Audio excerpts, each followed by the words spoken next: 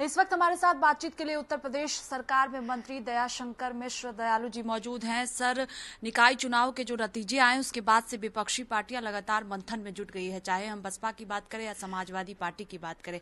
2024 में मजबूती के साथ उतरने के लिए तैयार हो रही है विपक्षी पार्टियां, किस तरह से देख रहे हैं? देखिए, वो चिंतन करें, वो मंथन करें, वो पहाड़ों पे जाकर साधना करें, योग करें। हम तो समझते हैं कि किसी विधा से उनको शक्तियां हासिल हों। वो जिस तरीके से समय और काल चक्र ने उनको हाशिए पर डालना शुरू किया है, हर चुनाव के बाद उनके मंसूबे टूट जाते हैं, उनके सपने बिखर जाते हैं। तो निश्चित ही एक परिणाम आया तो वो निश्चित हतोत्साहित होंगे। 24 की जहां तक बात है, आपने देश के लोगों का मिजाज पढ़ लिया है।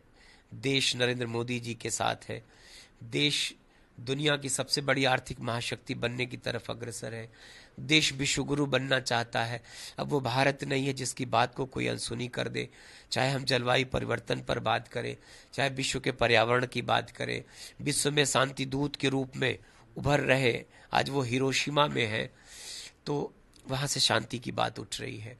अब वो देश, भारत ऐसा देश बन चुका है संसार के लिए कि अब सारे लोग हमारी प्राथमिकताओं को, हमारे विचारों को, हमारी बातों को सुनते हैं, समझते हैं और उसको सम्मान देते हैं।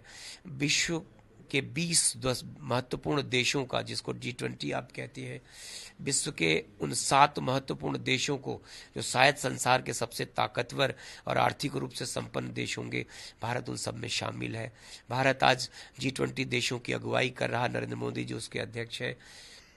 कभी हम जिनके पीछे चला करते थे और न जाने कितने पीछे थे, हमको अंदाजा नहीं, आज हम सबसे आगे चलते हैं। अब दुनिया मेरे पीछे चल रही है। तो ये बदला हुआ भारत है, बदला हुआ परिवेश है, बदला हुआ समय कह सकते हो। और इसके पीछे सिर्फ और सिर्फ भारत की वो नीतियां जिम्मेदार हैं, भारत के वो काम, नरेंद्र मोदी जी के वो मेहनत जिम्मेदार है, जिसके लिए वो 24 घंटे अनथक तरीके से काम कर रहे हैं देश को उस बुलंदी पर ले जाने के लिए।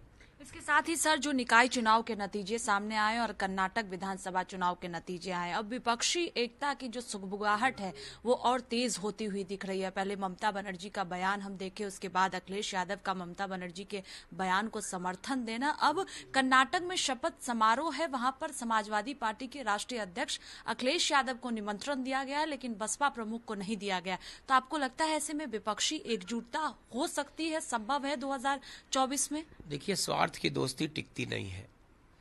कोई भी चुनाव आप देखते होंगे कि चुनाव आता है, वो एक भरसक प्रयास करते हैं लामबंद होने का, एकजुट होने का, तमाम दावे करते हैं, लेकिन परिणाम आते ही वो कैसे बिखर जाते हैं और एक सब अपनी अपनी राह चले जाते हैं। फिर वो अगले किसी चुनाव का इंतजार करते हैं कि फिर चुनाव आएगा। तो ये चुनाव उनके लिए त्योहारों जैसे हो गए हैं कि त्योहारों पर एकजुट होते हैं, त्योहार खत्म होते वो अपने अपने घर को चले जाते हैं। तो शायद 24 के लिए वो तैयारियां कर रहे हैं, लेकिन उनके किसी मंसूबे को कामयाबी नहीं मिलेगी। आपको पता है कि 24 का परिणाम क्या होगा। देश तीसरी बार माननीय नरेंद्र मोदी जी को देश का प्रधानमंत्री बनाना चाहती है। देश ने जैसे अभी दुनिया की सबसे 5वीं बड़ी अर्थव्यवस्था बनने के लिए हमने ग्रेट ब्रिटेन को पीछे छोड़ा है, अब हम 4थी अर्थव्यवस्था बनने की तरफ अग्रसर है। तो हमारे जो लक्ष्य हैं उनको पूरा करने के लिए माननीय नरेंद्र मोदी जी का तीसरी बार इस देश का प्रधानमंत्री बनना देश ने ठान लिया है। सारे परिणाम आप देखते चले जाइए कि परिणामों के बाद जब रिजल्ट आता है तो वो लोग कहीं न कहीं से हतोत्साहित होते हैं, टूट जाते हैं, दुखी होते हैं, लेकिन भारतीय जनता पार्टी के पास मातम बनाने का कोई विषय नहीं होता। हम कल फिर दूने उत्साह के साथ फिर से हम मेहनत करते हैं, इसलिए कि हमारे 24 घंटे हमको काम करना है। इस देश की जनता देख रही है कि देश में कितने बड़े बड़े काम हो रहे हैं, देश का विकास हो रहा है, हम दुनिया की अगुवाई कर रहे हैं। तो इस बदलते हुए भारत की जनता कहीं न कहीं से वर्तमान में नरेंद्र मोदी जी के साथ, भारतीय जनता पार्टी के साथ है। सवाल ये भी है कि 2024 के लिए आप लोगों ने उत्तर प्रदेश में 80 सीटों को जीतने का लक्ष्य रखा है। अगर विपक्ष के नेता एकजुट होते हैं, चाहे समाजवादी पार्टी हो, कांग्रेस हो, आम आदमी पार्टी हो या तमाम विपक्षी दल, तो क्या बीजेपी को कोई खतरा उत्तर प्रदेश में है? लगता है आपको ऐसा? देखिए, वो 14 में भी लामबंद हुए थे, 17 में भी लामबंद हुए थे, 19 में भी लामबंद हुए थे, 22 में भी लामबंद हुए थे, वैसे ही 24 है। तो लामबंद होना शायद ये उनकी मजबूरियां बन गई हैं, उनकी ज़रूरतें हैं। वो एक प्रयास करते हैं और प्रयास उनके कभी कामयाब होंगे ऐसा नहीं लगता। वो दिनों दिन आप देखते जा रहे हो कि कैसे देश की जनता ने, उत्तर प्रदेश की जनता ने मन बना लिया। 37 वर्षों बाद उत्तर प्रदेश के किसी मुख्यमंत्री को उन्होंने दोबारा मौका दिया। जिन विषयों के लिए उत्तर प्रदेश इस देश में बदनाम था, आज वही सारे मुद्दे उत्तर प्रदेश की शान बन गए। चाहे वो लॉ एंड ऑर्डर हो, चाहे वो विकास हो, नित्य नए प्रगति के पथ पर जैसे उत्तर प्रदेश इस देश का ग्रोथ का इंजन बन रहा है। 35 लाख करोड़ रुपए का इन्वेस्टमेंट आपने देखा कि MOU साइन हुए, और सिर्फ वो एक दिन का नहीं होता। हम लगातार ग्राउंड ब्रेकिंग सेरेमनी करके जितनी प्रोजेक्ट हमारे फाइनल होते जाते हैं उनको हम आगे बढ़ाते जा रहे हैं। तो अब बदला हुआ उत्तर प्रदेश है, बदला हुआ देश है। सबसे लंबा कार्यकाल आज माननीय यशस्वी मुख्यमंत्री जी का है। किसी भी उत्तर प्रदेश की आज़ादी के बाद आज तक किसी मुख्यमंत्री का इतना लंबा कार्यकाल नहीं रहा। तो कहीं न कहीं से उत्तर प्रदेश की जनता भारतीय जनता पार्टी के साथ है, देश की जनता भारतीय जनता पार्टी के साथ है, माननीय नरेंद्र मोदी जी के साथ है। तो इस चुनाव 24 के बाद भी एक दिन हम आप मिलेंगे, फिर उस परिणाम पे चर्चा होगी, फिर उनके बिखरने का, फिर उनके भागने का, फिर से नए किसी चिंतन मंथन करने पे हम बात करेंगे। आखिरी सवाल है कि कल दिल्ली में आयुष मंत्रालय की बैठक हुई, उस बैठक में आप भी शामिल रहे, किन मुद्दों को लेकर चर्चा हुई, खासतौर पर उत्तर प्रदेश की अगर हम बात करते हैं तो?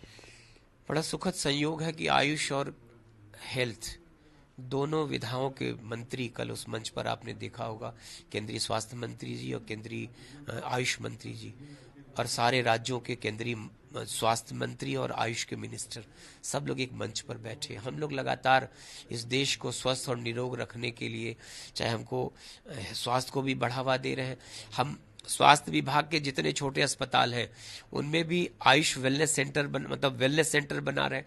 हम अपने सारे आयुष के अस्पतालों में भी आयुष वेलनेस सेंटर में उनको तब्दील करने जा रहे हैं। हम सिर्फ इलाज की बात नहीं करते, हम वेलनेस की बात करते हैं। हम योग को जोड़ के चल रहे हैं, नेचुरोपैथी को जोड़ के चल रहे हैं। अलग अलग रोगों में, अलग अलग विधाओं में महारत हासिल है। योग और होम्योपैथ और नेचुरोपैथी का ये दावा है और ये सिद्ध भी है कि रोगों का जड़ से इलाज होना। इलाज कहाँ से होना? प्रकृति के द्वारा। प्रकृति कहाँ है?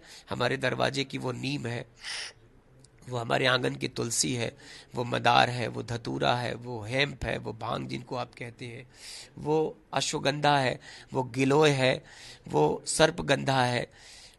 किस किस का नाम लूं आपसे? कोई ऐसा वृक्ष नहीं जिसके, बबूल जिनको आप कहते हैं, बबूल को सिर्फ कांटों के लिए जाना जाता है, लेकिन आयुर्वेद बबूल की महत्ता को जानता है, पीपल की महत्ता को जानता है, बरगद की महत्ता को जानता है, पाकड़ को, गूलर को, नीम को। मुझको लगता है कि जितनी प्रकृति है वही आयुर्वेद है, वही हमारा जीवन है, हमारे जीवन शैली में वो शामिल था।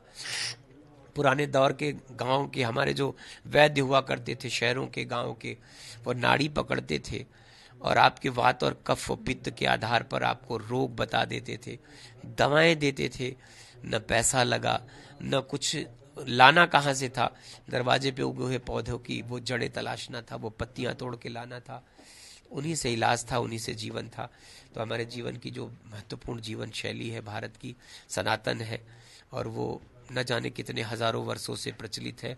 उन्हीं विधाओं को माननीय नरेंद्र मोदी जी ने और योगी जी ने इस देश में स्थापित करने का बीड़ा उठाया है।